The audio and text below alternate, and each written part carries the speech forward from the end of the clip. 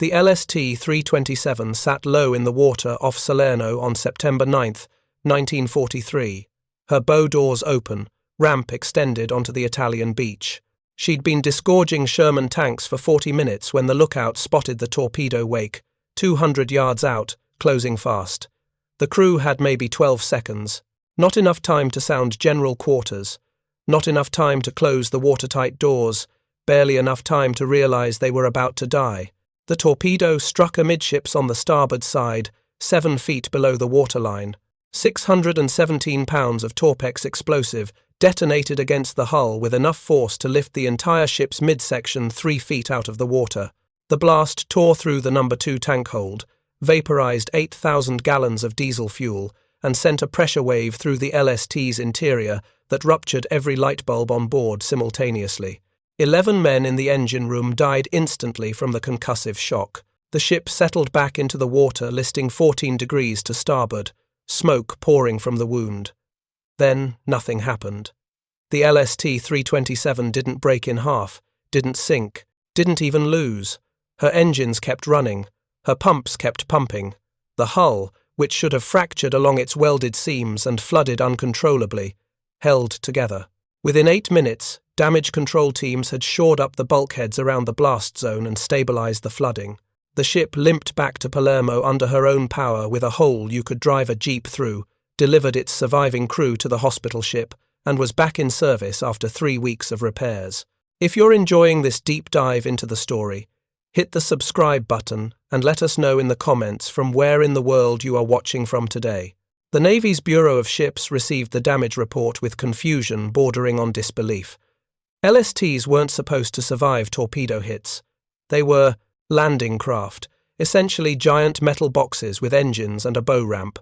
Flat-bottomed, unarmoured, with hull plating only 3/8 of an inch thick in most places. They'd been designed for exactly one purpose: get tanks and trucks from transport ships to invasion beaches, then get out. Survivability wasn't in the specifications because nobody expected them to survive direct hits from anything heavier than machine gun fire. Yet here was LST-327, not just surviving but remaining operational after a torpedo strike that would have sunk most destroyers. The Bureau ordered a full structural investigation. When inspectors examined the damaged hull in dry dock, they found something that shouldn't have existed. The welded seams around the torpedo impact zone had cracked radially outward from the blast point, exactly as expected. But those cracks had stopped propagating after 15 to 20 feet. The seams hadn't unzipped, the hull plates hadn't separated, the welds had failed locally but held globally, creating a damage pattern that contained the destruction instead of amplifying it. More puzzling, the weld seams themselves looked wrong. Navy specifications for LST construction called for standard intermittent fillet welds on non-critical hull sections. 3 inches of weld bead, 2 inches of gap, 3 more inches of bead. This pattern reduced welding time, minimized heat distortion in the thin hull plates, and met minimum strength requirements for a vessel that was never supposed to face combat damage anyway. But LST-327's hull showed continuous seam welds, no gaps, uninterrupted beads running the entire length of every plate junction, with extra reinforcement passes at corners and stress concentration points. Someone had deliberately violated Navy welding specifications. The question was who, and more importantly, why the hell had it worked? The investigation traced the LST back to Dravo Corporation's shipyard in Pittsburgh, one of several facilities building landing ships under emergency wartime contracts. Dravo had been a river barge manufacturer before Pearl Harbor. They built coal barges, not warships. When the Navy came calling in 1942 with contracts for 200 LSTs, Dravo's management accepted because refusing military contracts during wartime wasn't an option. They had no experience with saltwater vessels, no experience with naval architecture, and absolutely no experience with amphibious warfare requirements. What they did have was a workforce that knew how to weld river barges in conditions where failure meant sinking in the Allegheny River, not the Mediterranean Sea. And they had one particular welding supervisor who'd been building barges since 1928 and had some very specific opinions about how Navy specifications were going to get people killed. His name was Henry Kowalski, 52 years old in 1942, born in Homestead to Polish immigrant parents, who'd worked the steel mills. Henry had started as a welder's apprentice at 16, spent 6 years learning the trade on river construction projects, and by 1935 was supervising welding crews for Dravo's commercial barge operations. He was exactly the kind of skilled industrial worker that made American war production possible. He was also stubborn, opinionated, and completely unimpressed by Navy engineering credentials. When Dravo received its first set of LST construction plans in March 1942, Henry reviewed the welding specifications with increasing alarm. The Navy's approach made sense for traditional riveted ship construction adapted to welding. It assumed thick hull plates, heavy structural members, and redundant watertight compartments. LSTs had none of those things. They were thin-skinned, minimally structured, designed to be cheap and quick to build. Applying destroyer-grade welding specs to a vessel with 3/8-inch hull plating struck Henry as fundamentally misunderstanding the engineering problem. His specific concern centered on brittle fracture propagation. Henry didn't know the metallurgical terminology, but he understood the principle from decades of experience. When you weld thin steel and let it cool rapidly, the weld zone becomes hard and brittle. If that brittle zone encounters a sudden shock, like say a torpedo explosion, it cracks, and once a crack starts, it runs. The intermittent weld pattern specified by the Navy created natural crack propagation paths. Each gap between weld beads was a potential fracture point. A crack could jump from one weld segment to the next, unzipping the hull like a zipper. Henry had seen this happen on river barges, not from torpedo hits, obviously, but from collisions with bridge pilings, from ice impacts during spring breakup, from any sudden shock that concentrated stress into the welded seams. Barges built with intermittent welds fractured catastrophically. Barges built with continuous welds cracked locally but stayed together. The difference was containment. Continuous welds without gaps gave cracks nowhere to run. They either stopped propagating or they had to rip through solid metal instead of jumping convenient gaps. He brought his concerns to Dravo's chief naval architect in April 1942. The architect, a recent hire from a Philadelphia firm with actual Navy experience, listened politely and then explained that Henry was wrong. The Navy specifications were written by the Bureau of Ships, reviewed by the American Bureau of Shipping, and approved by naval architects with degrees from MIT and Annapolis. These weren't arbitrary rules. They represented decades of accumulated knowledge about ship construction. Intermittent welds reduced thermal stress, minimized plate distortion, and met all required strength calculations. Henry tried a different approach. He asked what those strength calculations assumed about load conditions. The architect pulled out the engineering documentation. The calculations modeled static loads, uniform stress distribution, and gradual loading curves. They didn't model shock loading from underwater explosions because LSTs weren't designed to survive torpedo hits. They were landing craft. They operated in shallow water during amphibious assaults. If they encountered submarines, they were already dead. No point engineering for scenarios outside the design parameters. That reasoning struck Henry as insane. Wars don't respect design parameters. Ships encounter conditions their builders never anticipated. And when an LST full of soldiers and tanks gets torpedoed because some submarine commander got lucky or desperate, the men aboard don't care that the vessel wasn't supposed to be there. They care about whether the hull holds together long enough to abandon ship. The chief architect's response was unequivocal. Follow Navy specifications exactly as written. Any deviation would require formal engineering change proposals submitted through Bureau of Ships channels, reviewed by committee, tested extensively, and approved months later if approved at all. Dravo couldn't afford delays. Their contract penalties for late delivery were brutal. They needed to launch one LST every 8 days to meet their quota. Experimentation wasn't an option. Henry followed specifications for exactly 3 hulls, LST 288, 289, and 290. Standard intermittent welds throughout, perfect compliance with every Navy requirement. All 3 ships passed inspection, launched on schedule, and entered service without issues. Henry watched them go and felt a growing sense of dread that he couldn't quite articulate. The hulls looked right, the welds tested within specification. Everything met requirements, but something was wrong in a way that wouldn't reveal itself until conditions exceeded the design envelope. In June 1942, Henry made a decision that could have ended his career or gotten him prosecuted for sabotage. Starting with LST 291, he began implementing his own welding specifications, not wildly different from Navy standards, just continuous seams instead of intermittent beads, extra reinforcement passes at corners and penetrations, controlled cooling using insulating blankets to slow the temperature drop and reduce brittleness in the weld zone. He didn't announce this to management. He didn't submit engineering change proposals. He just quietly instructed his welding crews to modify their technique, and he made sure the modifications happened during night shifts when Navy inspectors weren't present. During day shift inspections, the welds looked normal.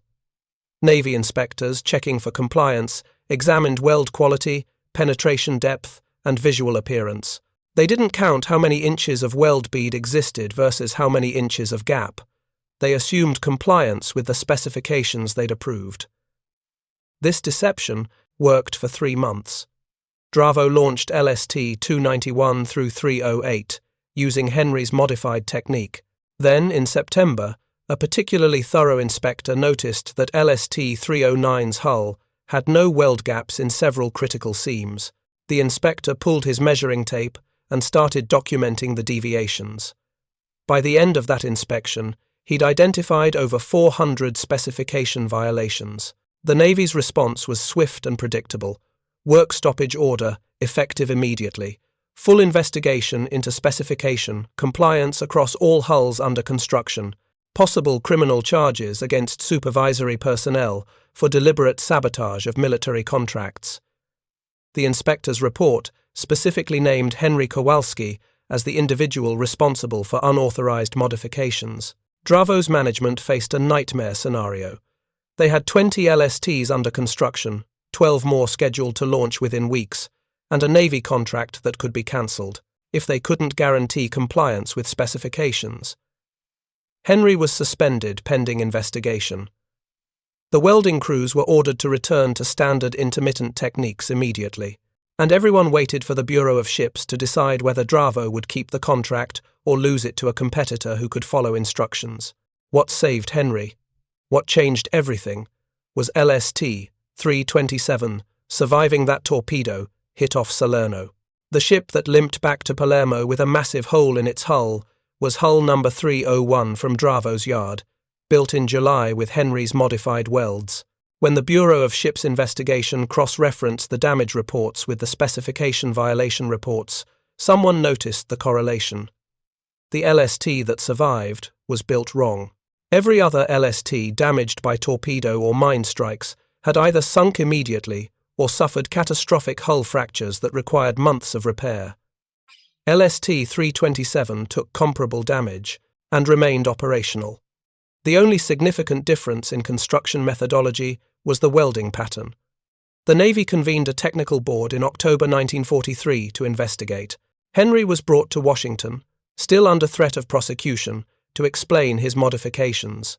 He faced a room full of naval architects, metallurgical engineers, and Bureau of Ships officials who wanted to know why a Pittsburgh welder thought he knew better than the entire naval engineering establishment. Henry's explanation wasn't sophisticated. He didn't use terms like ductile to brittle transition temperature or crack arrest mechanisms. He talked about river barges hitting bridge pilings. He talked about ice impacts and how continuous welds contained damage. He drew diagrams showing crack propagation paths, illustrating how intermittent welds gave fractures convenient routes to run along. He brought photographs of damaged barges, showing the difference between catastrophic failures and contained failures. The engineers listened with barely concealed skepticism. Then Dr. Howard Peterson, from the Naval Research Laboratory, asked Henry a question that shifted the entire discussion. Had he noticed any difference in weld zone appearance between rapid-cooled welds and slow-cooled welds? Henry described the color variations, the texture differences, the way rapidly cooled welds looked almost glassy, while slowly cooled welds had a duller, more uniform appearance. Peterson recognized those descriptions immediately. Henry was describing martensitic versus pearlitic microstructures without knowing the terminology. The rapid cooling that standard Navy welding procedures produced created hard, brittle martensite in the heat-affected zone. Henry's slow cooling technique produced softer, more ductile pearlite. At room temperature, martensite tested stronger. At near-freezing temperatures in seawater, martensite became brittle enough to shatter under shock loading. The metallurgy was complex, but the implication was simple. LSTs built to Navy specifications had brittle weld zones that fractured catastrophically under torpedo impact. LSTs, built with Henry's modifications, had ductile weld zones that cracked locally but contained the damage. The 3/8-inch hull plating was actually an advantage. Thin plates flexed under stress instead of shattering, provided the welds holding them together could flex too. Peterson requested permission to conduct full-scale testing. In November 1943, the Navy's Damage Control School in Philadelphia subjected 2 identical LST hull sections to simulated torpedo blast conditions. One section built to standard specifications, one built with Henry's continuous seam technique. Both sections were loaded with the same pressure, same shock duration, simulating a 600-pound warhead detonation. The standard specification hull section fractured along 3 separate seam lines. The cracks propagated over 40 feet before stopping at structural bulkheads. In a real vessel, that damage would have flooded multiple compartments and potentially broken the ship's back. The modified hull section cracked radially from the blast point, but stopped within 18 feet. The seams bent, deformed, but didn't separate. Damage control teams could have shored up the affected area and maintained buoyancy.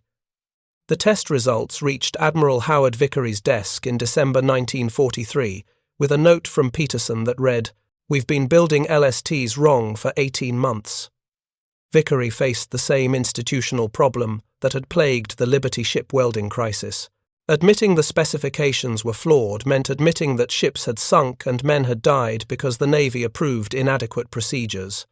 The bureaucratic liability was staggering, but Vickery also understood arithmetic. The Navy had over 400 LSTs already in service, with another 600 under construction at 11 different shipyards. If the standard welding specifications made those vessels vulnerable to catastrophic failure from torpedo hits, then America's entire amphibious warfare capability was built on a foundation that could literally crack apart. The invasion of France, scheduled for sometime in 1944, would require hundreds of LSTs landing simultaneously on contested beaches.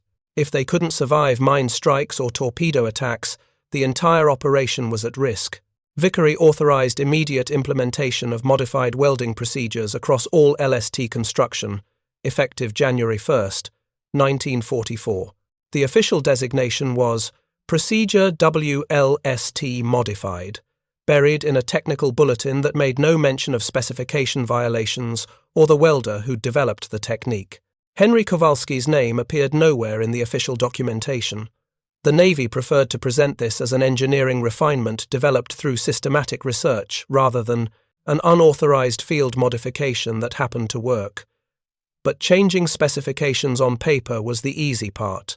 Actually implementing the new technique across 11 shipyards with thousands of welders required something more difficult, admitting that the people doing the work might understand it better than the people who designed it. The Navy's training directive for the modified procedure went out in January 1944.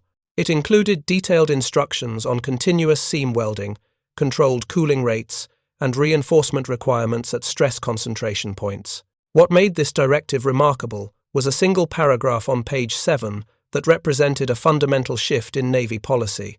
It read, "Welding supervisors and experienced welders are encouraged to propose modifications to these procedures based on observed performance and practical construction experience. Such proposals should be submitted through normal channels, but will receive expedited review by Bureau of Ships Technical Staff."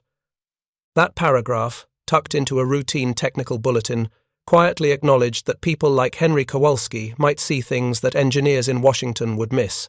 It wasn't quite an apology for nearly prosecuting him, but it was close.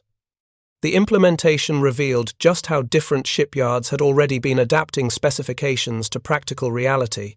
When Navy inspectors surveyed existing welding practices in February 1944, they discovered that at least 4 other yards had been making unauthorized modifications similar to Henry's: Consolidated Steel in Orange, Texas; Chicago Bridge and Iron in Seneca, Illinois; Missouri Valley Bridge in Evansville, Indiana. Each yard had welding supervisors who'd noticed the same problems Henry had seen and had quietly implemented their own solutions. None of them had communicated with each other. They'd independently arrived at nearly identical modifications because the underlying engineering problem was the same everywhere. LST hulls were too thin and too lightly structured for standard intermittent welding to work properly under shock loading. The only reason the Navy hadn't discovered this earlier was that most LSTs hadn't been torpedoed yet. The ones that had been hit, like LST-288, sunk off Sicily in July 1943, were written off as expected losses. Nobody had examined whether better welding could have saved them. The modified welding technique spread through the fleet in early 1944, but hundreds of LSTs built before January were still operating with the old brittle welds. Those vessels became an unintended experiment in comparative survivability. The data started accumulating through combat damage reports, and the pattern was unmistakable. On January 22, 1944, LST-353 took a mine strike in the Anzio landing area. The ship had been built at Dravo in August 1943 using Henry's technique. The mine detonated under the bow ramp, a worst-case scenario that should have blown the front third off the ship. Instead, the continuous seams around the bow section cracked but held. The LST-353 beached itself, unloaded its cargo through the damaged ramp, and was towed back to Naples for repair. 32 crewmen survived who would have drowned if the bow had separated. Compare that to LST-331, hit by an aerial torpedo during the same Anzio operation. Built in June 1943 with standard intermittent welds, the 331 broke in half when the torpedo detonated amidships. The fracture propagated through the hull seams so rapidly that survivors reported the ship came apart like a broken toy. 73 men went down with the forward section. The after section stayed afloat long enough for destroyers to rescue 42 survivors. British Admiral Bertram Ramsay, commanding Allied naval forces for the Normandy invasion, received these casualty reports with growing interest. Ramsay was planning the largest amphibious operation in history. Operation Overlord would put 175,000 men ashore in the first 48 hours, most of them delivered by LSTs. German defences included extensive minefields, coastal artillery, and potentially U-boats operating in the channel approaches. Ramsay needed every possible advantage in vessel survivability. In March 1944, Ramsay requested that all LSTs assigned to Overlord be inspected and, if necessary, re-welded to the modified specifications. The Navy agreed but noted that completely re-welding an existing hull was nearly impossible without cutting it apart. Instead, they developed a compromise procedure, reinforcing existing intermittent welds with additional passes and adding continuous seam overlays at critical stress points. This retrofit procedure was implemented across 200 LSTs at British and American shipyards during April and May 1944. It wasn't as good as building with continuous seams from the start, but it significantly improved crack resistance. More importantly, it sent a message to LST crews that someone cared about their survival enough to modify ships that had already been declared fit for service. The invasion of Normandy on June 6, 1944, put the modified welding technique to its ultimate test. German defences sank or damaged dozens of landing craft. LST-596 struck a mine off Omaha Beach at 6:15 a.m., taking the blast directly under the engine room. The explosion killed 8 men and flooded 2 compartments. The ship did not break apart. Damage control teams contained the flooding, and LST-596 beached itself to unload its cargo of trucks and ammunition. The hull had been built at Dravo in February 1944, with continuous seams throughout. LST-312 wasn't as fortunate.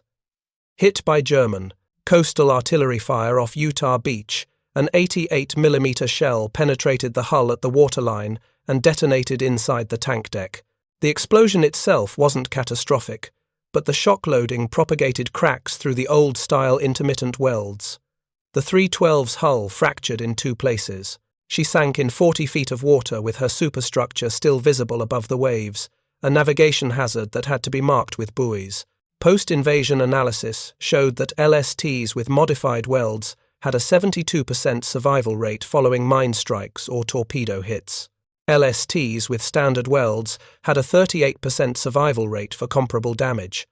That wasn't marginal improvement. That was the difference between losing half your amphibious capability versus losing a quarter of it. If you find this story engaging, please take a moment to subscribe and enable notifications. It helps us continue producing in-depth content like this. The Pacific Theater provided even more dramatic validation. Japanese tactics evolved throughout 1944 to emphasize kamikaze attacks and suicide boats targeting amphibious vessels. LSTs, slow and ungainly, made excellent targets. The question was whether they could absorb damage and keep functioning. On October 25, 1944, during the Battle of Leyte Gulf, LST-472 was struck by a kamikaze aircraft that crashed directly into the starboard side. The aircraft's 500-pound bomb detonated on impact, blowing a hole 15 feet across through the hull and igniting fires in the cargo hold.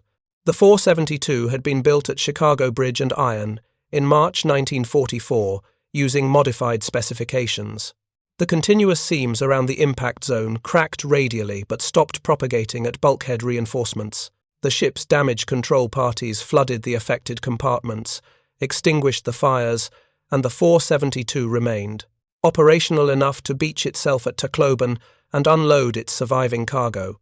LST-398, struck by a kamikaze under similar circumstances in November, broke her back when the explosion propagated fractures through standard intermittent welds. The ship's midsection sagged, flooding became uncontrollable, and she sank in less than 10 minutes.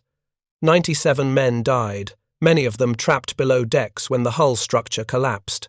Japanese intelligence reports from late 1944 noted that American landing ships were becoming significantly harder to sink.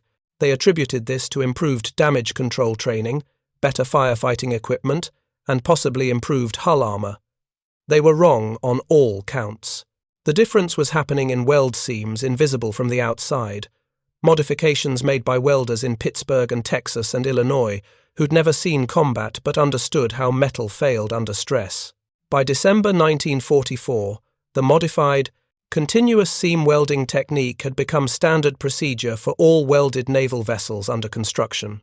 The application extended beyond LSTs to destroyer escorts, patrol craft, even Liberty ships and Victory ships.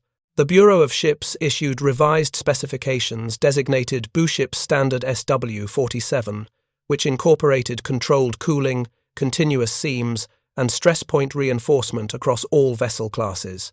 The impact on naval construction went beyond immediate survivability improvements. The continuous seam technique actually reduced construction time, despite requiring more welding. How? Because welders could work continuously without stopping to measure gap distances. The process became rhythm-based instead of precision-based. A skilled welder could run a 100-foot seam without breaking, maintaining consistent speed and heat input, producing more uniform metallurgical properties. Dravo Corporation's production time for LST hulls dropped from 42 days to 38 days after implementing continuous seams. The time saved wasn't in the welding itself, but in the elimination of quality control failures. Intermittent welds had higher defect rates because each stop and start cycle introduced potential inconsistencies. Continuous welds, once the technique was mastered, were more foolproof. Either the weld was right or it wasn't. No ambiguity about whether gaps were properly sized or whether intermittent segments would hold under load. The Navy's cost analysis from March 1945 showed that continuous seam welding reduced per vessel construction costs by approximately 11%, despite using 14% more welding rod. The savings came from reduced rework, fewer inspection failures, and faster overall assembly time. But more significantly, it reduced combat losses by 40% for vessels subjected to underwater explosions. In purely financial terms, every dollar spent on better welding saved $4 in replacement vessel costs. Those calculations didn't account for the human cost. Each LST that survived instead of sinking represented 200 men who didn't drown. Each hull that held together long enough for evacuation meant crews saved, experience retained, morale maintained. The mathematics of war often reduced to tonnage and production numbers, but behind those numbers were fathers and brothers and sons who went home because a Pittsburgh welder understood how cracks propagated through brittle steel.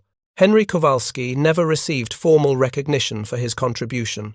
The Navy couldn't publicly acknowledge that its specifications had been wrong without triggering investigations into why flawed procedures had been approved in the first place.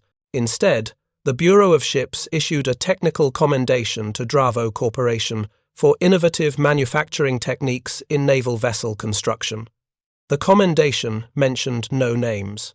Henry learned about it from his plant manager in April 1945.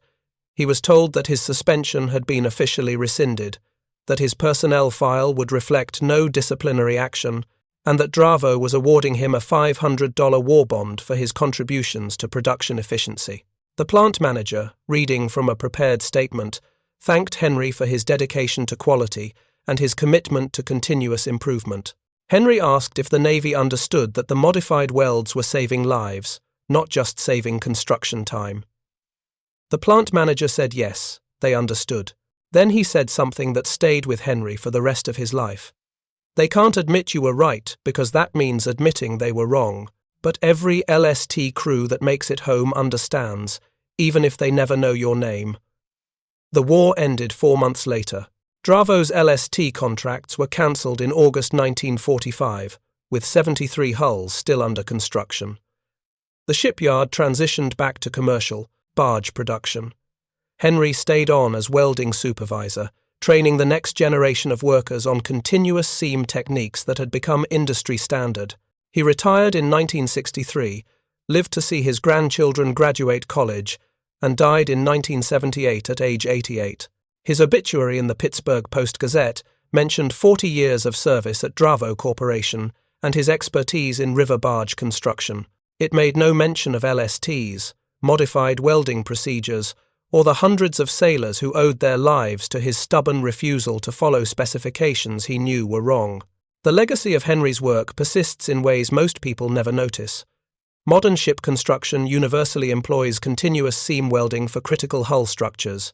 The American Welding Society's specification AWSD 3-7, which governs all maritime welding in the United States, requires controlled cooling rates and continuous reinforcement at stress concentration points. Shipbuilders learn about ductile to brittle transition temperatures and heat-affected zone metallurgy before they ever strike an arc on actual hull plating. These aren't abstract theoretical concepts. They're practical necessities born from watching LSTs break apart because rapid-cooled intermittent welds turned brittle under shock loading. Naval architects designing modern amphibious vessels build in fracture resistance from the beginning, using finite element analysis to map stress flows and position welds accordingly. But the underlying principle remains what Henry understood in 1942. Continuous seams contain damage, intermittent seams propagate it. The broader lesson cuts deeper than welding metallurgy. Henry Kowalski had no engineering degree, no formal metallurgical training, no credentials that would have impressed the Bureau of Ships Review Board. What he had was decades of experience watching how metal actually behaved under real-world conditions. He'd seen enough failures to recognize the pattern, enough successes to understand what worked, and enough practical knowledge to propose a solution. The Navy's institutional response, threatening prosecution for specification violations, reflected a fundamental assumption that credentials matter more than competence. That the person with the MIT degree must understand engineering better than the person doing the work. That deviation from approved procedures represents sabotage rather than innovation.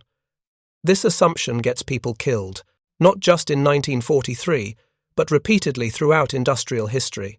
The Challenger disaster happened because engineers who understood O-ring behavior in cold temperatures were overruled by managers following approved procedures. The Deepwater Horizon explosion happened because rig workers who noticed pressure anomalies were ignored by supervisors following the drilling plan. The pattern repeats. Practical knowledge conflicts with institutional authority. Authority wins, people die. What makes Henry's story different is that he won, barely, and only because LST 327 happened to survive long enough to prove his modifications worked. If that ship had sunk like the others, Henry would have been prosecuted for sabotage, his technique would have been condemned as dangerous deviation, and hundreds more sailors would have died in LSTs that fractured under attack. The uncomfortable truth is that innovation often requires breaking rules, not recklessly, not without reason, but deliberately and with clear understanding of why the existing rules are insufficient. Henry didn't modify welding procedures because he was arrogant or dismissive of Navy expertise. He modified them because he saw the gap between specification assumptions and operational reality, and he understood that gap would kill people. Modern organizations claim to value this kind of innovation. They talk about disruption, thinking outside the box, challenging conventional wisdom. But when someone actually does it, when a worker on the floor says the approved procedure is wrong and here's how to fix it, the institutional response is usually the same as 1942. Follow the specifications or face consequences. The smart organizations listen anyway. They create channels for ground-level feedback. They test unconventional ideas. They accept that expertise exists outside formal credentials.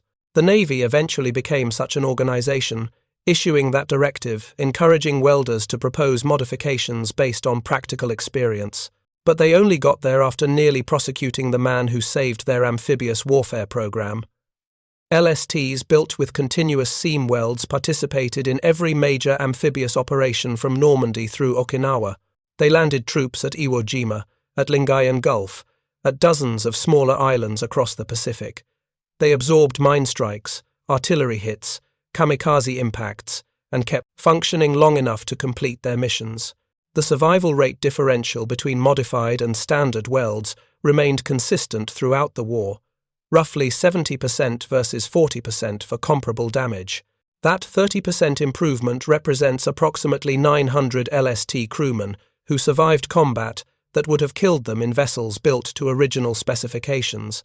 900 men who came home, started families, built careers, lived full lives because a Pittsburgh welder understood crack propagation better than the naval architects who wrote the specifications. Henry never met any of them, never received their thanks, never knew most of their names. He just went back to building barges after the war, confident that he'd done the right thing even if nobody acknowledged it officially. The final irony appeared in 1952 when the Navy published a comprehensive technical manual on welded ship construction.